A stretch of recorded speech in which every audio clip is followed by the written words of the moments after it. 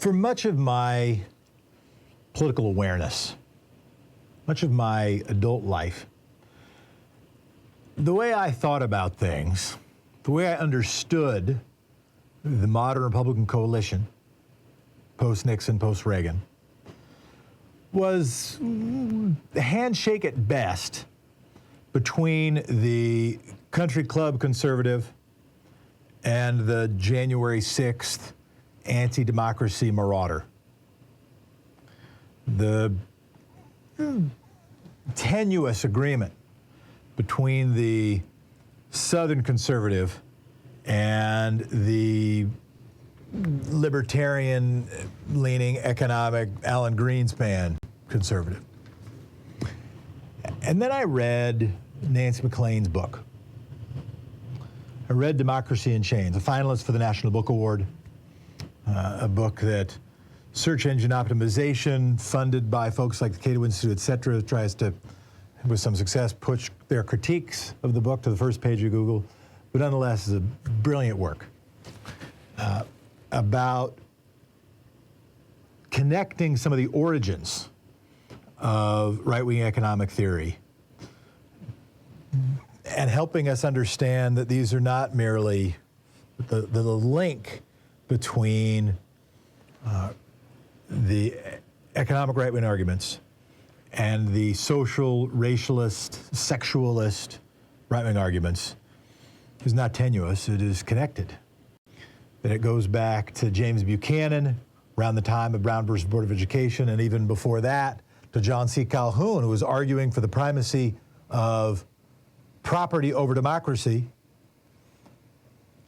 And the property that John C. Calhoun was advocating for was the primacy of being able to own human beings.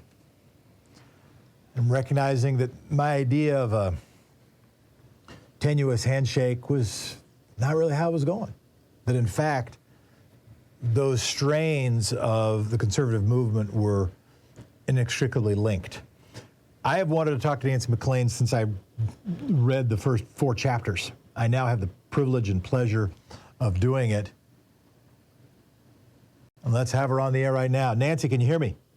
I can, and thanks for having me, Jeff. And it's wonderful to be with someone who's a former legislator, because so much of the action that's going on now is at the state level. So I'm sure we'll probably get to that in time, but great to be with you. So you've talked about this before. The thanks go to you, first of all, but you've talked about this before.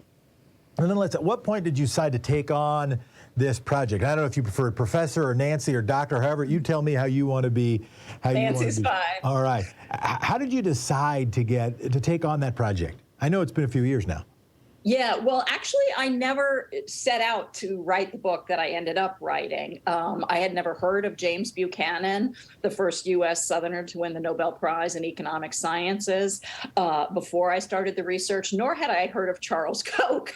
I actually started this research, I guess it was 2006, and I happened on a story about massive resistance to Brown versus Board of Education in Virginia in the late 1950s, and the attempt to use school vouchers as a way of evading the equal education mandated by Brown. And it ended up that I was pulling on a thread that in time led me first to James Buchanan, whom you mentioned, who spent most of his career as a political economist, ironically, in Virginia public institutions. He was a big advocate of privatization.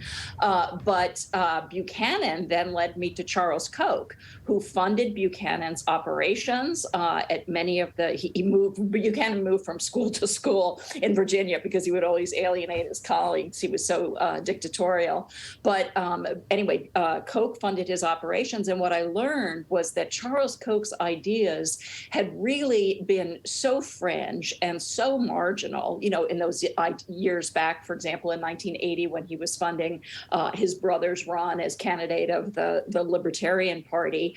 So he had this world that he wanted to bring into being, but he didn't know how to do it. And it was from Buchanan's ideas that he got a strategy for how to transform America and our public life and governing institutions and legal system in order to achieve this, his vision of a libertarian paradise. which is a kind of a horrible vision for anyone else who hears about it and understands what it's really seeking to achieve. And what was that strategy? You're saying that Charles Koch ended up reading Buchanan's stuff, getting motivated by it and saying, aha, now I have a plan or the beginning of a blueprint. What was that blueprint? What was that plan?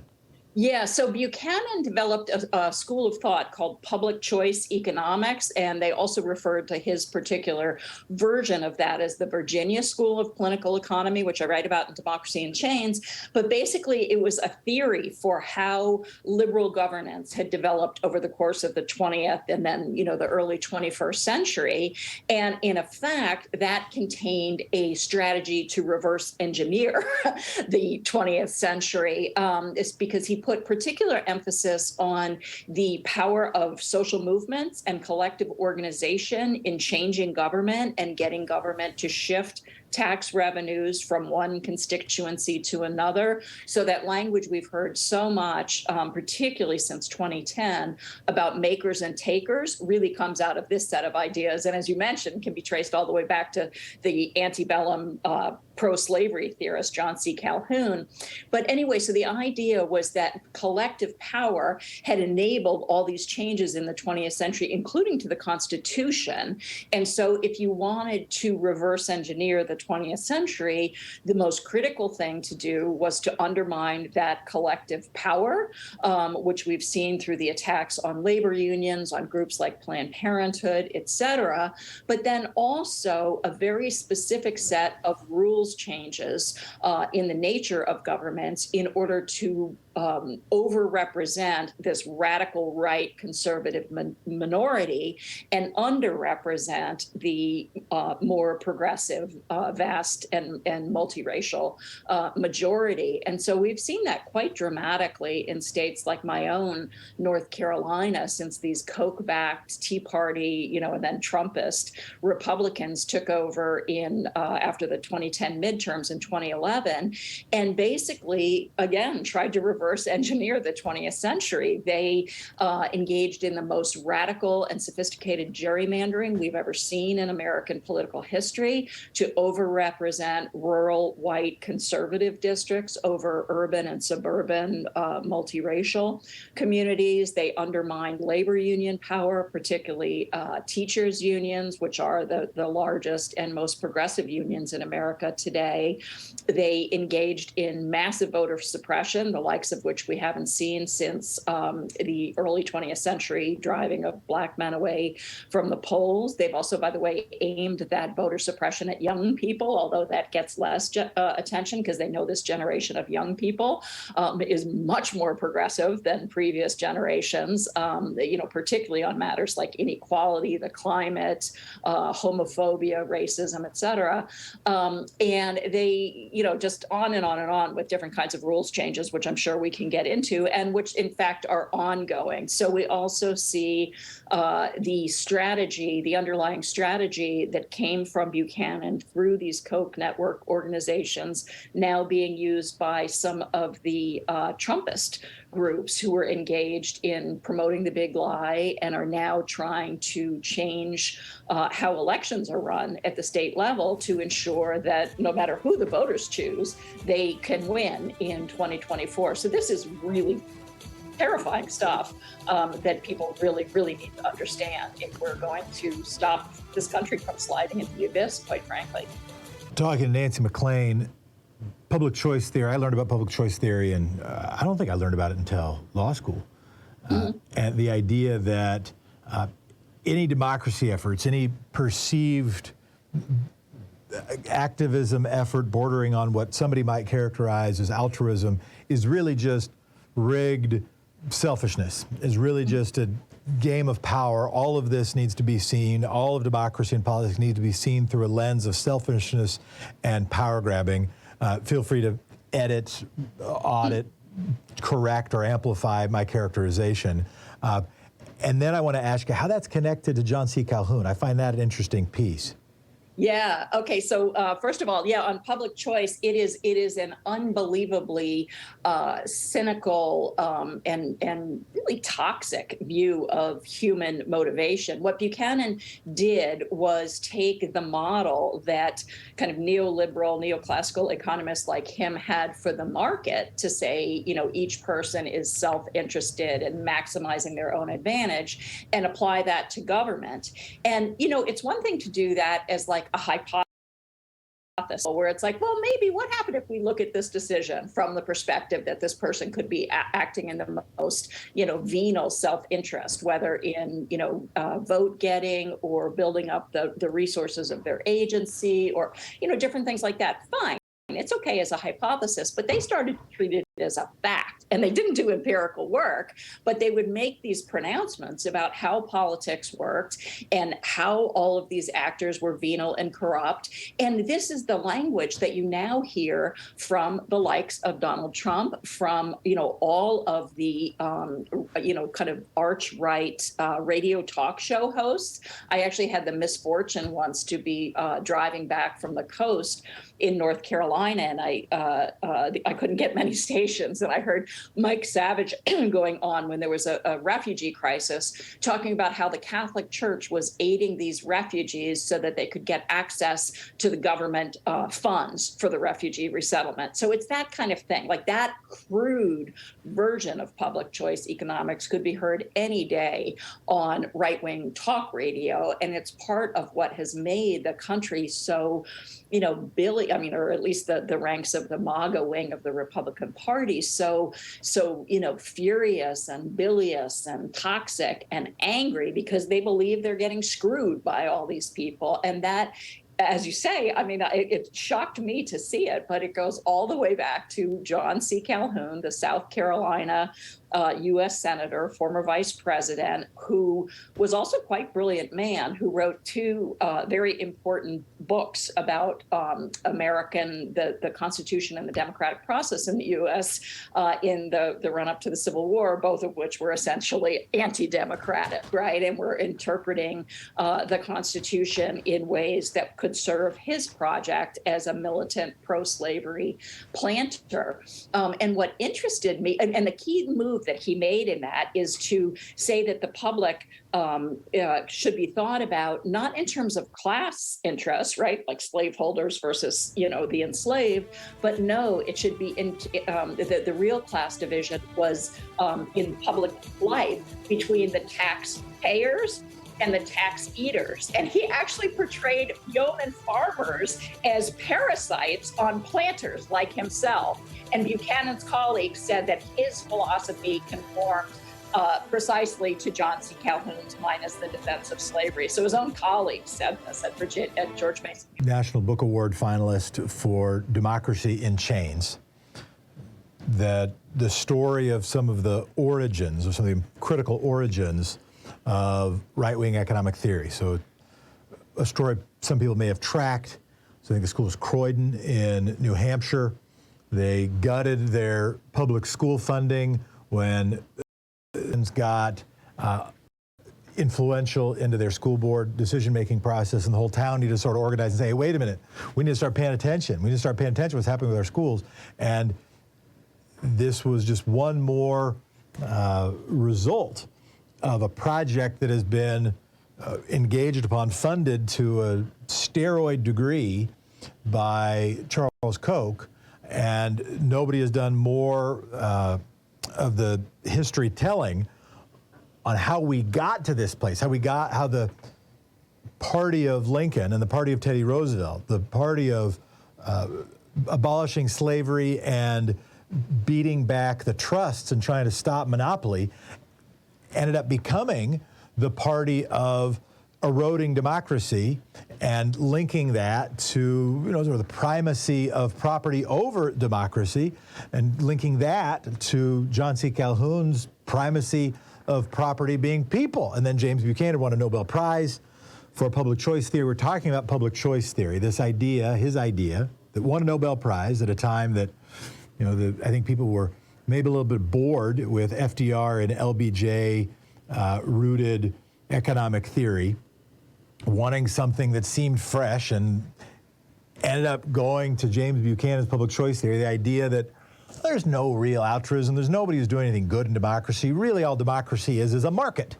It's just people buying stuff, but where they're buying things, they just buy it with political power, and that's all it is. Nancy is with us now, which is a great honor. Nancy, speaking on public choice theory, what's wrong about it? What are examples of it that you think demonstrate its limits, its weaknesses, or even its abject incorrectness? I'm having a little trouble hearing you, Jeff, that the sound quality has changed. But maybe, one thing I could certainly add at this point is that this is a story that the mainstream media is really missing. Ever since Donald Trump was elected, they have assumed that Donald Trump is the only thing to pay attention to. And actually, just today, the Center for Media and Democracy came out with a new report finding that Koch-controlled organizations spent more than $1.1 billion during the 2020 election cycle, and they're pouring in more now.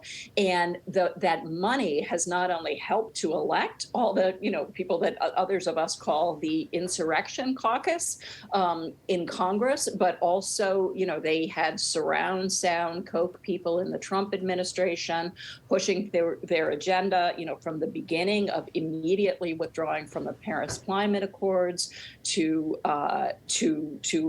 all the other things that Trump did, the tax cuts, the anti-environmental policies, the efforts to privatize schools, and on and on and on. So what we really need, now is for people to understand that this Koch effort to transform the country is ongoing, and also they work very hard to get that 6-3 right-wing majority on the U.S. Supreme Court, which is already bearing fruit for the combined agenda of the corporate libertarian radical right and the religious Christian nationalist right in this country. If you can hear me okay, It's a little fuzzy. Weird.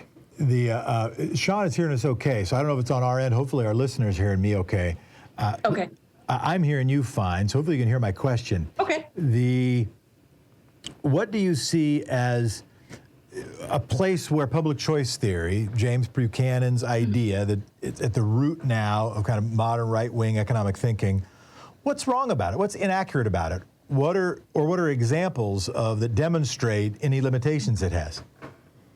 Yeah, well, it doesn't capture the range of human motivation and why humans do the things that we do. It discounts the phenomena such as empathy, solidarity, humanitarian concern. So, I mean, you really can't explain much with this set of ideas because human beings are, complex, and we're actually wired, from, if you go back to primatology and stuff, people like, many groups in the animal world actually look to support others in our world, and certainly, in our close networks. One of the things that's actually most ugly that the Koch network and the organizations it funds and the, right-wing media ecosystem on which it relies, like Fox News, one of the things that they've done that's so frankly diabolical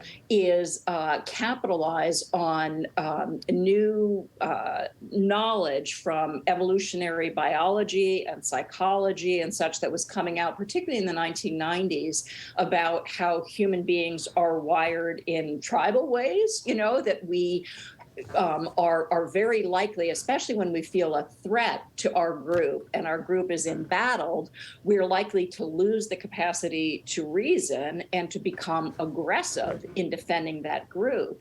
And you can look at almost any night's offerings on Fox News to see how that knowledge has been weaponized to create a network that is not about delivering so-called fair and balanced news, but is rather an identity cultivation polarization and provocation machine that it cultivates this embattled white Christian, kind of middle class identity and weaponizes it against other groups at the polls to achieve what these right-wing leaders want. And I actually saw research to that effect, or I saw recommendations to that effect coming from one of Buchanan's colleagues at George Mason University.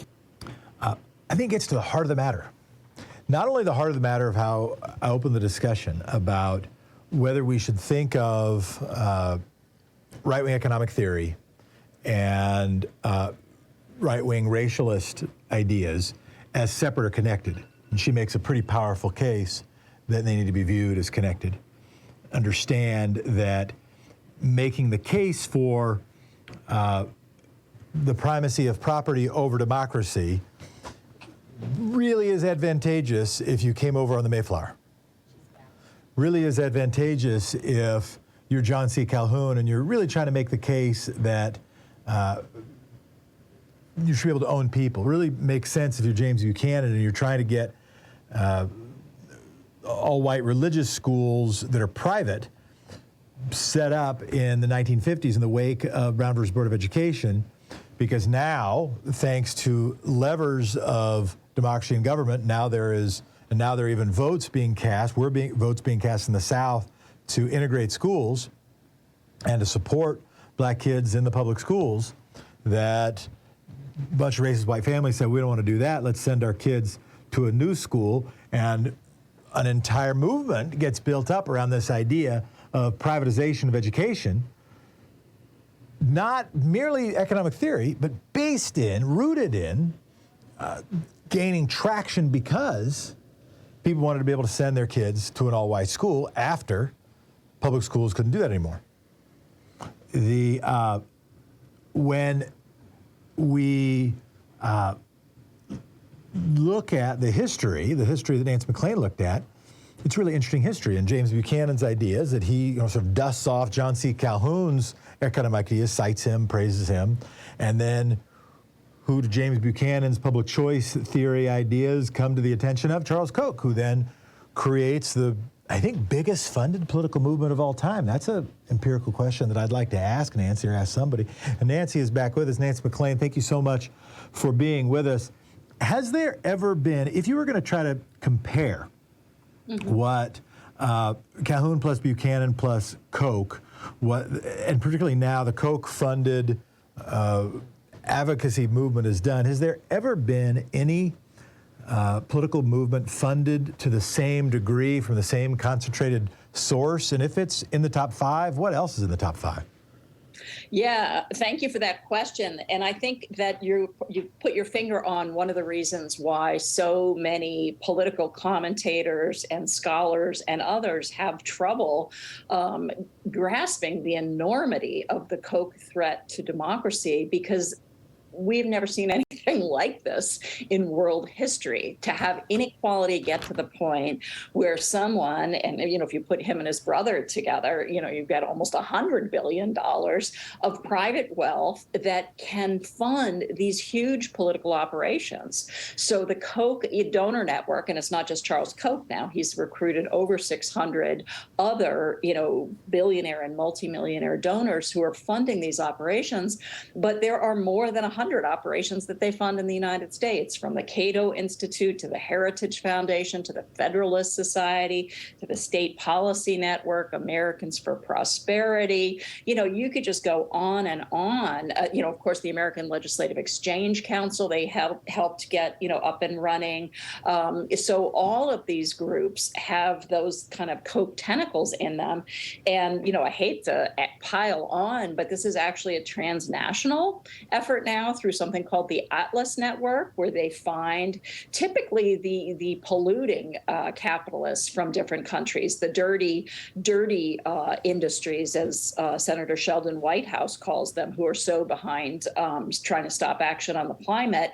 And they've helped organize them politically in other places. And one pattern that I've been noting and researching speaks to your introduction to this segment, because it absolutely brings together together the big, private, dirty corporate money with this right-wing, racialist, nationalist, anti-immigrant sentiment. And the Koch network has done that to an extraordinary degree in the United States, but I have found that they are also doing that in other places. Like, lo and behold, the Brexit referendum in Britain came with significant American monetary support and tutelage from groups like the Heritage Foundation and others. The Bolsonaro regime in Brazil, Orban, you can go through so many of these right-wing, anti-democratic, reactionary populists, and you find that they are connected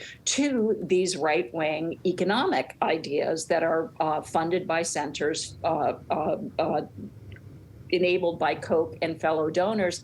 And I think this brings us to an important point of the connection between these two domains, which is that at base, the kind of economic thinking that runs from John C. Calhoun through James Buchanan and Charles Koch, this extreme emphasis on economic liberty, has been associated throughout its history with social Darwinism, a way of thinking that, when I was in school, we were taught it was ancient history, it was gone. But this notion that some people, are by nature, by genetics or culture, better than others, and those are the people who should be surviving, and those are our institutions and making all the decisions, and the rest of us, by this set of ideas, are inadequate. We're flawed, whether biologically or culturally. And so the fact that, say, we're living in poverty, or that we are climate migrants,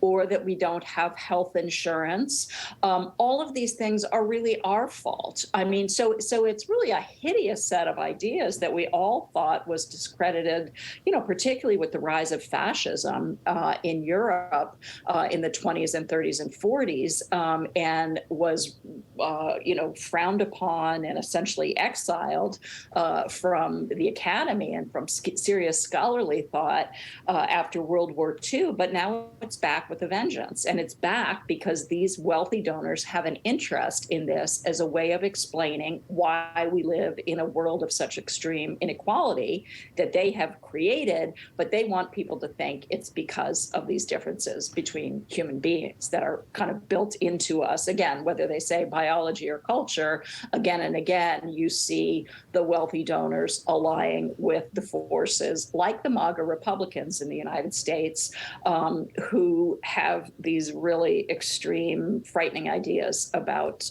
human difference that, track with race.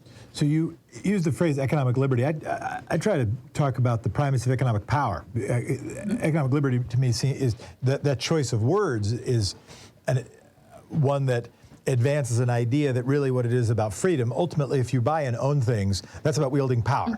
It's not just the freedom from something, it's about controlling something. And if somebody owns it, that means other people can't do things with it. It impacts other people's freedom. If I owned a bunch of land, heck, that's what a king was somebody who owned all the land. So I'm trying to encourage people with, they're smarter than I am for us to be thinking about how we even talk about this stuff and talk in terms of economic power and the primacy of economic power, not only extreme, I try not even to say free market fundamentalism, I just try to say market fundamentalism. Market ain't free, market's pretty expensive. No, absolutely. And there's never been a market in human history free in the ways that they describe. So you're absolutely right. And I agree that this is highly ideological. I actually think that there should be a divorce, though, like a linguistic divorce, where the left should let the right have that word liberty, and we should take freedom, because what most people think of as freedom or liberty is freedom from domination, as you're suggesting, that when you have huge concentrations of power, and particularly private, uncontrolled economic power, like these fossil fuel corporations have, inevitably you get a threat to the power and the self-governing capacity of others. So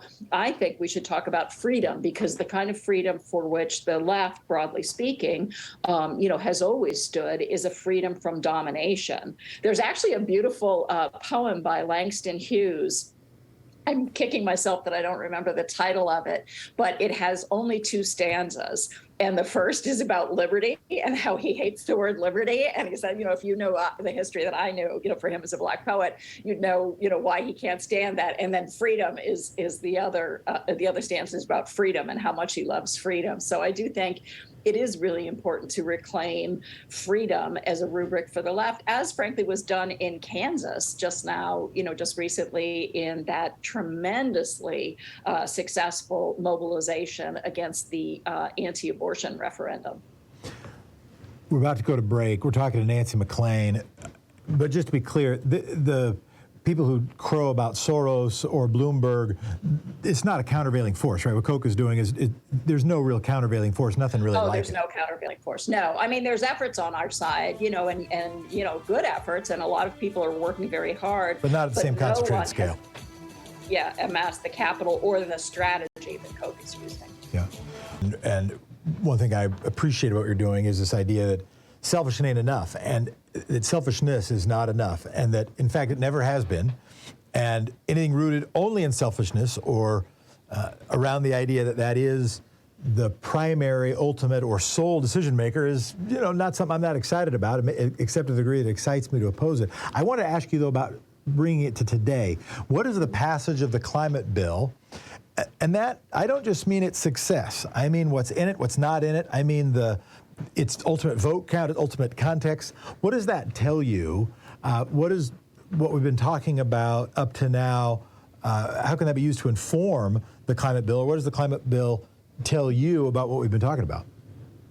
Yeah, so I think this is hugely important as a democratic success against the odds of all that we've been talking about. And I'm sure none of your listeners will be surprised at this point to know that the Koch network put tremendous pressure on Senator Joe Manchin and Senator Kyrsten Sinema to oppose the bill. Americans for Prosperity organized, held rallies across West Virginia, did all kinds of stuff in Arizona to try to keep Sinema from supporting, and we did lose some things because of the pound of flesh that both Manchin and Sinema extracted. But I think it's incredibly important in its own right, this bill, this achievement. And it's also really important as a promissory note on what can happen if we mobilize in significant numbers and go to the polls in 2022, as people did in 2018 and 2020, understanding the threat from Donald Trump. Because I have to say, in my lifetime, I have never seen the Democratic Party as united, and its elected officials as united around a progressive agenda as we see now. And, it was only 2 senators standing in the way of that. That's extraordinary. I mean, means get out in 2022, and get a couple more so we don't have to depend on the likes of Manchin and Sinema. But I mean, here we're seeing significant action on the climate, promissory action on changing the tax structure of the country, dealing with all kinds of pent up needs and demands. So it's really important. And it's certainly something that should really be, shared with people to get folks focused on these all-important 2022 midterms. Anything else that surprised you about it? We got about 40 seconds. Well, I think for all of us, it was a surprise that it finally passed, after Manchin and Sinema had declared their opposition and made it, and infuriated their colleagues in the Senate, and as well as those of us, back at home in the districts. So I think just the achievement of it signals that maybe the momentum is shifting, and it's shifting back to the progressive agenda that the vast majority of Americans share. And that is why the radical right is working so hard to suppress the vote, to rig elections, to redistrict, to misrepresent the people, because they know that radical corporate reactionary, religious right agenda won't fly if people are empowered and excited and make their voices heard in this democracy, such it is as it is. Thom Hartmann Show. I'm Jeff Smith sitting in. We're with Nancy MacLean, And Nancy, again, thank you so much for being with us. It's a treat to have you. I am noted, though, by the fact that your book is not entitled Selfishness-Based Economic Theory is Bad. Your book is not entitled Right-Wing Economics Are Selfish and Racist and or Incorrect. Your book is entitled Democracy in Chains. Your book is entitled in a way that talks about not only the impact that a bad economic idea will have on people's lives, but on what's happening to democracy. Make that case.